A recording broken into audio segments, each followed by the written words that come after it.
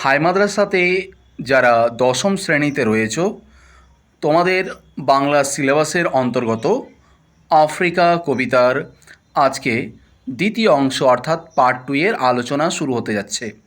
যারা হাই মাদ্রাসাতে দশম শ্রেণীতে রয়েছ, পার্ট 1 যারা এখনও দেখোনি তারা প্রত্যেকে পার্ট 1 দেখে পার্ট 2টা কিন্তু অবশ্যই কিন্তু দেখবে।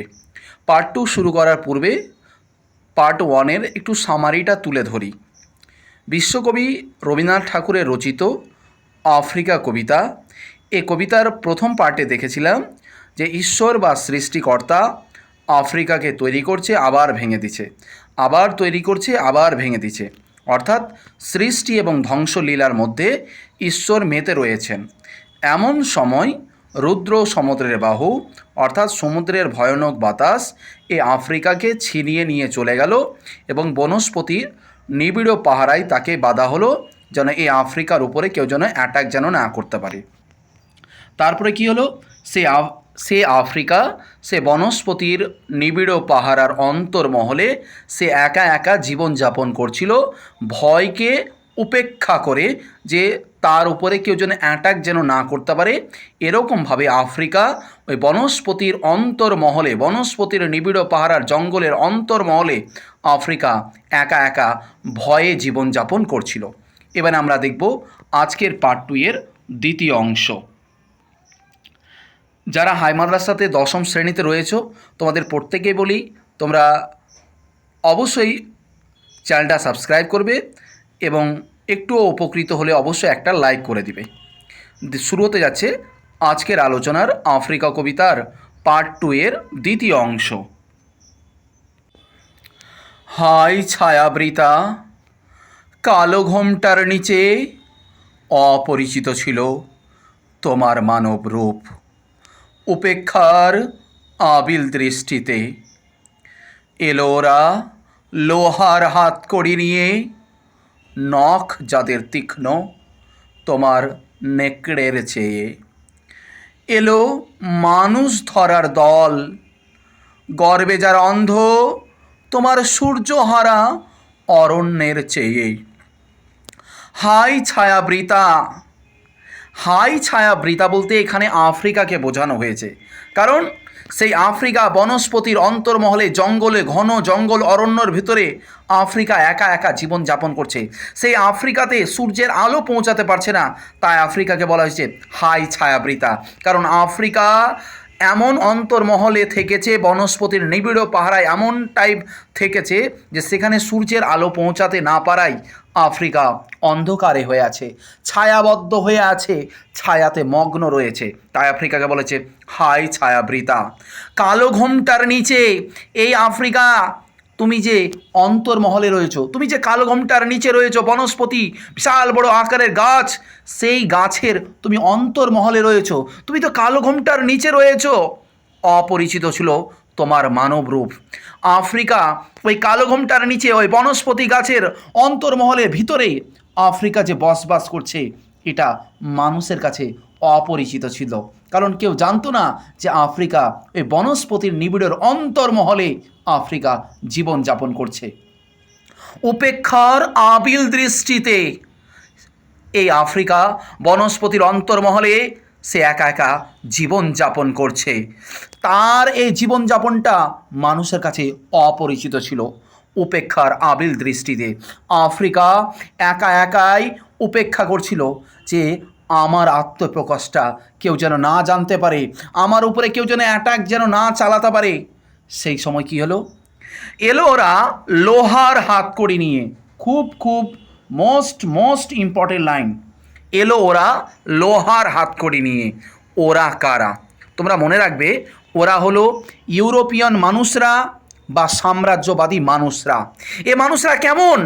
এ মানুষরা কেন এলো আফ্রিকার অন্তর্মহলে, কেন এলো? কবি বলছে এলো ওরা লোহার হাতকড়ি নিয়ে।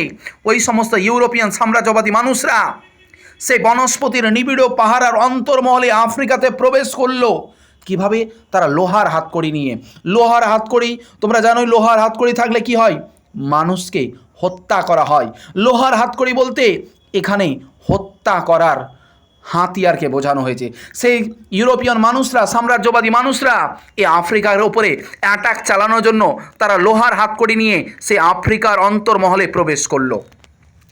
নখ যাদের তীক্ষ্ণ তোমার নেকড়ের চেয়ে, সেই সাম্রাজ্যবাদী ইউরোপিয়ান মানুষদের নখ নেকড়ের চেয়েও খারাপ ছিল, অর্থাৎ বাঘের চেয়েও খারাপ ছিল। তাহলে এই সমস্ত ইউরোপিয়ান বা সাম্রাজ্যবাদী মানুষরা যদি আফ্রিকার উপরে যদি অ্যাটাক যদি চালায়, তাহলে তার আফ্রিকার রূপটা কেমন হতে পারে। তাই কবি বলছে, এলো ওরা লোহার হাতকড়ি নিয়ে, ওই সমস্ত ইউরোপিয়ান সাম্রাজ্যবাদী মানুষরা তারা লোহার হাতকড়ি নিয়ে এলো। তাদের রূপটা কেমন? তাদের রূপ তুলে ধরেছে যে তাদের নখ ছিল নেকড়ের চেয়েও খারাপ, অর্থাৎ পশুর চেয়েও তাদের নখটা ছিল খারাপ। এলো মানুষ ধরার দল। এই সমস্ত ইউরোপিয়ান সাম্রাজ্যবাদী মানুষদেরকে মানুষ ধরার দল বলা হয়েছে। কারণ কি? কারণ তারা মানুষকে পেলেও তারা কিন্তু হত্যা করতে ছাড়ে না। গর্বে যারা অন্ধ তোমার সূর্যহারা অরণ্যের চেয়ে, অর্থাৎ এই আফ্রিকা অরণ্য না পেয়ে যেমতো অন্ধকারে আছে, এই সমস্ত মানুষরা, ইউরোপিয়ান মানুষরা সভ্য হয়েও তারা আফ্রিকার উপরে অ্যাটাক চালিয়ে তারা ওই সূর্যহারা অরণ্যের চেয়েও তারা শিক্ষিত হয়েও তারা খারাপ কুসংস্কারের দিক তারা আত্মপ্রকাশ করল। সহজ কথায় এ প্যারাতে কি বলা হয়েছে? আফ্রিকা বনস্পতির নিবিড় পাহাড়ের অন্তর্মহলে একা একা জীবনযাপন করছিল। এই সময় সাম্রাজ্যবাদী বা ইউরোপীয় মানুষরা খবর পেল যে ওই আফ্রিকার অন্তর্মহলে বসবাস করছে। এই সমস্ত ইউরোপিয়ান মানুষরা বা সাম্রাজ্যবাদী মানুষরা তারা আফ্রিকার উপরে আসলো, আফ্রিকাতে প্রবেশ করলো। আর এই সমস্ত মানুষদের নখ নেকড়ের চেয়েও খারাপ ছিল। এমনকি এই সমস্ত মানুষকে আফ্রিকার যে অন্ধকার অরণ্য ছিল, আফ্রিকা যে অন্ধকারে বসবাস করছে, তার থেকেও এই সমস্ত মানুষকে খারাপে পরিণত করা হয়েছে। এই সমস্ত মানুষকে খারাপ ইঙ্গিতে কবি প্রসঙ্গ তুলেছেন। এই প্যারা থেকে তোমরা কতটা বুঝতে পারলা, একটা পরীক্ষা হয়ে যাক। তোমরা এক দাগ কমেন্টে লিখবে। প্রশ্ন হচ্ছে, এলো ওরা হাতকড়ি নিয়ে, ওরা কারা? অবশ্যই এই প্রশ্নের উত্তরটা তোমরা এক দাগ দিয়ে তোমরা কমেন্ট করবে। প্রশ্ন, এলো ওরা লোহার হাতকড়ি নিয়ে, ওরা কারা? সভ্যের বর্বর লোভ নগ্ন করল আপন নির্লজ্জ অমানুষতা। তোমার ভাষাহীন ক্রন্দনে বাষ্পাকুল অরণ্য পথে পঙ্কিল হলো ধূলি। তোমার রক্তে অশ্রুতে মিশে দস্যু মায়ের কাটামারা জুতোর তলায় বিভৎস কাদার পিণ্ড চিরচিহ্ন দিয়ে গেল তোমার অপমানিত ইতিহাসে। সভ্যের বর্বর লোভ। এই সমস্ত ইউরোপিয়ান বা সাম্রাজ্যবাদী মানুষরা তারা সভ্য হয়েও, তারা শিক্ষিত হয়েও তারা কেমন রূপ ধারণ করলো? নগ্ন করলো আপন নির্লজ্জ অমানুষতা। এই সমস্ত ইউরোপিয়ান বা সাম্রাজ্যবাদী মানুষরা তারা শিক্ষিত হয়েও, সভ্য হয়েও তারা নিজেদের শিক্ষিতর পোশাকটা তারা পশুদের মতো খুলে দিয়ে তারা পশুদের মতো কিন্তু ব্যবহার করল। তোমার ভাষাহীন ক্রন্দনে বাষ্পাকুল অরণ্য পথে পঙ্কিল হলো ধূলি, তোমার রক্তে অশ্রুত মিশে। এই সমস্ত সাম্রাজ্যবাদী বা ইউরোপিয়ান মানুষরা আফ্রিকার উপরে অ্যাটাক চালালো। সেই অ্যাটাক চালানোর পর আফ্রিকা ভাষাহীন, আফ্রিকা তো কথা বলতে পারে না, তো আফ্রিকা ভাষা প্রকাশ না করেও সে কান্নাকাটি করল। পঙ্কিল হলো ধূলি, আফ্রিকার ক্রন্দনের অশ্রু জলে আফ্রিকার মাটি কাদা কাদাতে পরিণত হয়ে গেল তোমার রক্তে অশ্রুতে মিশে। সেই আফ্রিকা, যে আফ্রিকা কান্নাকাটি বাস্তবে করতে পারে না, কিন্তু ভাষাহীনভাবে আফ্রিকা কান্নাকাটি করছে। আর আফ্রিকার অশ্রুগুলো সেই মাটিতে পড়ে গিয়ে কাদাতে পরিণত হলো দস্যু পায়ের কাটামারা জুতোর তলায় বিভৎস কাদার পিণ্ড।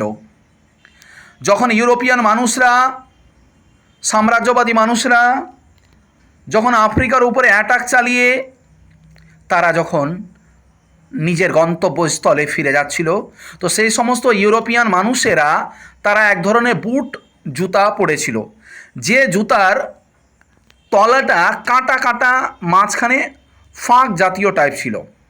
তো এই সময়ে যখন ইউরোপিয়ান মানুষরা যখন আফ্রিকার উপরে অ্যাটাক করার পর তারা যখন গৃহে ফিরে যাচ্ছিল, তো আফ্রিকার ওই কাদাগুলো, আফ্রিকার রক্তের অশ্রুগুলো মিশে রক্ত হয়ে ওই আফ্রিকার উপরে যখন পড়েছিল, মাটিগুলো যখন কাদা কাদাতে পরিণত হয়েছিল, তখন এই সমস্ত ইউরোপিয়ান মানুষরা যখন তারা নিজ গন্তব্যস্থলে পৌঁছাছিল, তখন ওই আফ্রিকার কাদাটা সেই সমস্ত বুট জাতীয় জুতার তলায় লেগে লেগে কী হয়েছিল, চিরচিহ্ন দিয়ে গেল তোমার অপমানিত ইতিহাসে।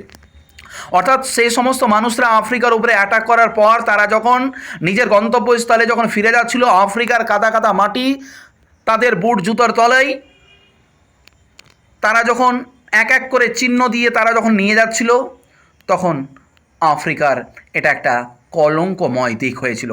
কারণ তাদের মাটি তারা জুতাতে বহন করে তারা চলে গেল, যে আফ্রিকার অশ্রুর জল সেই মাটিতে কাদাতে পরিণত ছিল, আর সেই মাটিটাই তারা জুতোর তলায় বহন করে দাগ দিয়ে তারা কলঙ্ক হিসাবে চলে গেল।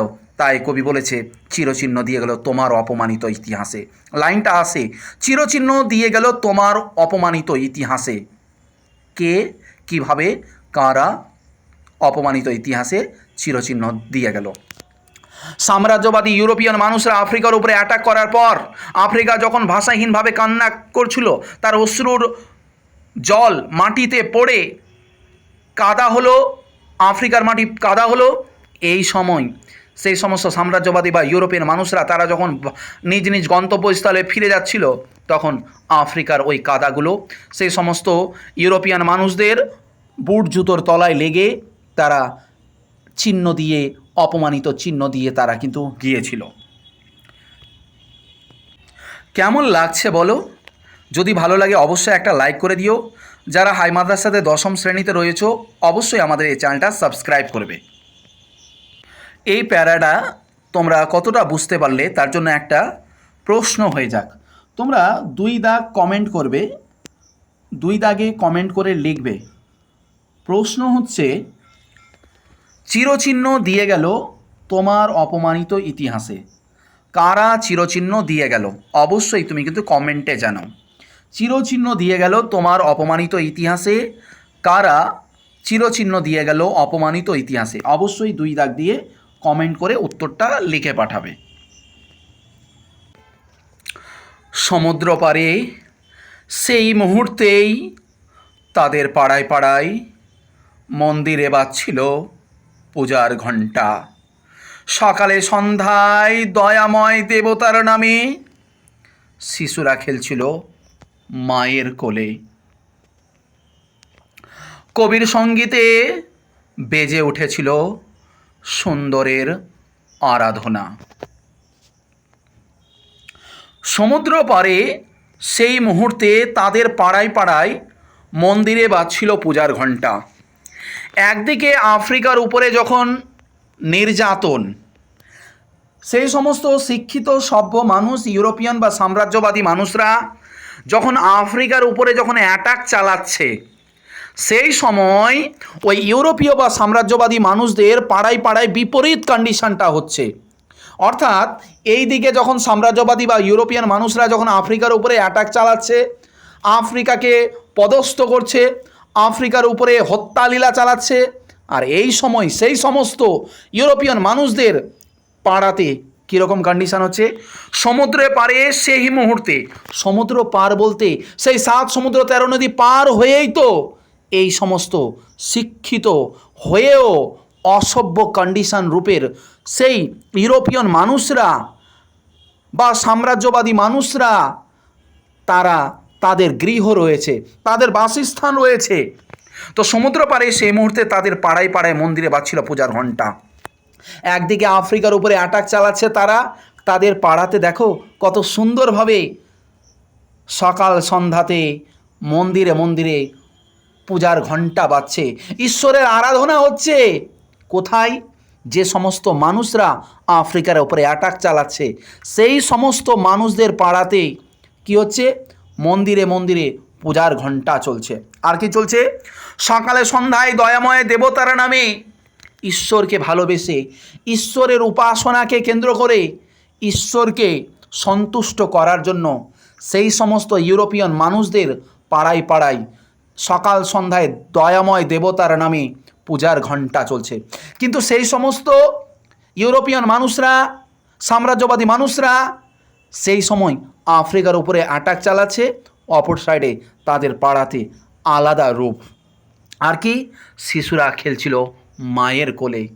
যখন আফ্রিকার উপরে অ্যাটাক চালাচ্ছে তাদের পাড়ায় পাড়ায় কত সুন্দরভাবে সকাল সন্ধ্যায় দয়াময় দেবতার নামে পূজা চলছে, শিশুরা কত সুন্দরভাবে মায়ের কোলে খেলা করছে। কিন্তু সেই সমস্ত মানুষরা কী করলো, আফ্রিকার উপরে এসে নির্যাতন চালালো, আফ্রিকার উপরে এসে অ্যাটাক চালালো। আর সেই সময় তাদের পাড়াতে অপোজিট অর্থাৎ উল্টা কন্ডিশন চলছে, বিপরীত কন্ডিশনটা চলছে। একদিকে আফ্রিকাকে পদস্থ করছে, কিন্তু ওই সময় তাদের পাড়াতে সকাল সন্ধ্যায় দয়াময় দেবতার নামে পূজা চলছে, শিশুরা কত সুন্দরভাবে মায়ের কোলে খেলছে। আর কি হয়েছে, কবির সঙ্গীতে বেজে উঠেছিল সুন্দরের আরাধনা। সেই সময়ে সুন্দরের আরাধনা, সুন্দরের গান, ঈশ্বরকে ভক্ত করে কত সুন্দরভাবে গান চলছে।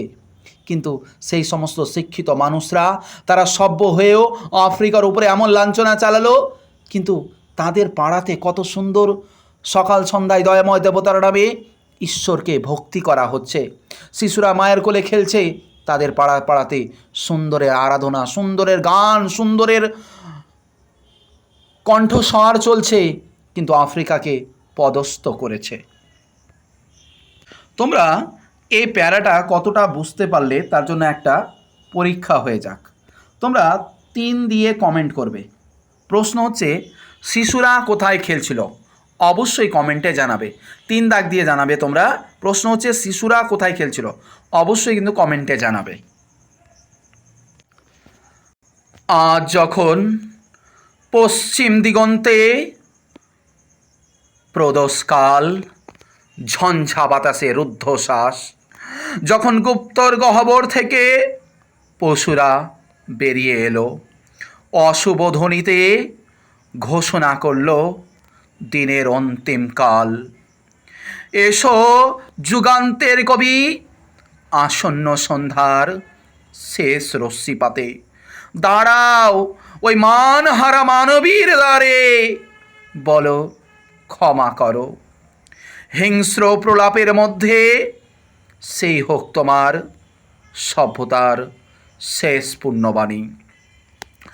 আজ যখন পশ্চিম দিগন্তে, কবি বলেছে আজ যখন পশ্চিম দিগন্তে, আজ যখন পশ্চিম দিকে প্রদোষকাল, অর্থাৎ যখন সন্ধ্যা হবে, ঝঞ্ঝা বাতাসে যখন ঝড় বৃষ্টি শুরু হবে, রুদ্ধশ্বাস, আজ যখন পশ্চিম সাইডের সন্ধ্যার সময় যখন ঝড় বৃষ্টি হবে, যখন গুপ্ত গহ্বর থেকে পশুরা বেরিয়ে এলো, সন্ধ্যার সময় পশ্চিম দিক থেকে যখন ঝড়ো ঘন বাতাস, সেই সময় পশুরা কোনো একটা গুপ্ত গহ্বরে, কোনো একটা লুকোনো জায়গাতে তারা ছিল, তারা কিন্তু বেরিয়ে এলো। অশুভ ধ্বনিতে ঘোষণা করলো দিনের অন্তিম কাল। সেই সমস্ত পশুরা তারা গুপ্ত গহ্বরে লুকিয়েছিল, তারা বেরিয়ে আসলো, বেরিয়ে এসে অশুভ ধ্বনিতে, কেন শুভ ধ্বনি না, কারণ আফ্রিকার উপরে অ্যাটাক হয়েছে, আফ্রিকাকে ক্ষতবিক্ষত করেছে ওই সমস্ত সাম্রাজ্যবাদী ইউরোপীয় মানুষরা। তাই লাস্ট পর্যায়ে সন্ধ্যার সময় যখন ভয়ানক বাতাস হচ্ছে, এই সময় গুপ্ত গহ্বর থেকে, নির্জন বাসা থেকে পশুরা বেরিয়ে এসে তারা অশুভ ধ্বনিতে, তারা খারাপ কণ্ঠস্বরে, তারা দিনের অন্তিমকাল, তারা দিন ঘোষণা করছে। তাদের কলরবে বোঝা যাচ্ছে আফ্রিকা শেষ হতে চলেছে, এ দিন ঘনিয়ে আসছে, হয়তো আগামীকাল থেকে আর এই আফ্রিকা জীবনযাপন করতে পারবে না। এসো যুগান্তের কবি, যখন এমনটা দিক হয়ে গেল, যখন লাস্ট পর্যায়ে যখন গুপ্ত গহ্বর থেকে পশুরা অশুভ ধ্বনিতে খারাপ কণ্ঠস্বরে যখন দিনের অন্তিমকাল, যখন দিন যখন শেষ হতে চলেছে, এই সময়ে কবি একজনকে ডাকছে। কাকে? এসো যুগান্তের কবি। এখানে যুগান্তের কবিকে ঈশ্বরকে ধরা হয়েছে, বা যুগান্তের কবি এমনও বলা যায় যে ব্যক্তি বা যিনি নতুন আলোর দিশা দেখাতে পারে, যিনি নতুন সত্যের দিক দেখাতে পারে, যিনি ভালো আশা কামনার দিক দেখাতে পারে। তাই কবি যুগান্তের কবিকে ডাকছে। কবি রবীন্দ্রনাথ ঠাকুর যুগান্তের কবিকে ডাকছে কেন? আসন্ন সন্ধ্যার শেষ রশ্মিপাতে, এই সন্ধ্যা যখন শেষ হবে এই সময় ডাকছে কি? দাঁড়া ওই মানহারা মানবীর দ্বারে। কবি রবীন্দ্রনাথ ঠাকুর যুগান্তের কবিকে, ঈশ্বরকে বা যিনি নতুন পথ দেখাতে পারবেন তাকে ডাকছে। কেন ডাকছে? আসন্ন সন্ধ্যার শেষ রশ্মিপাতে, এই সন্ধ্যা শেষ হওয়ার সময় যুগান্তের কবিকে বিশ্বকবি রবীন্দ্রনাথ ঠাকুর যার ডাকছে কেন? দাঁড়া ওই মানহারা মানবীর দ্বারে। যে আফ্রিকা নিজের মান সম্মান, নিজের ইজ্জত শেষ করে দিয়েছে, সেই আফ্রিকার পাশে যুগান্তের কবিকে দাঁড়াতে হবে।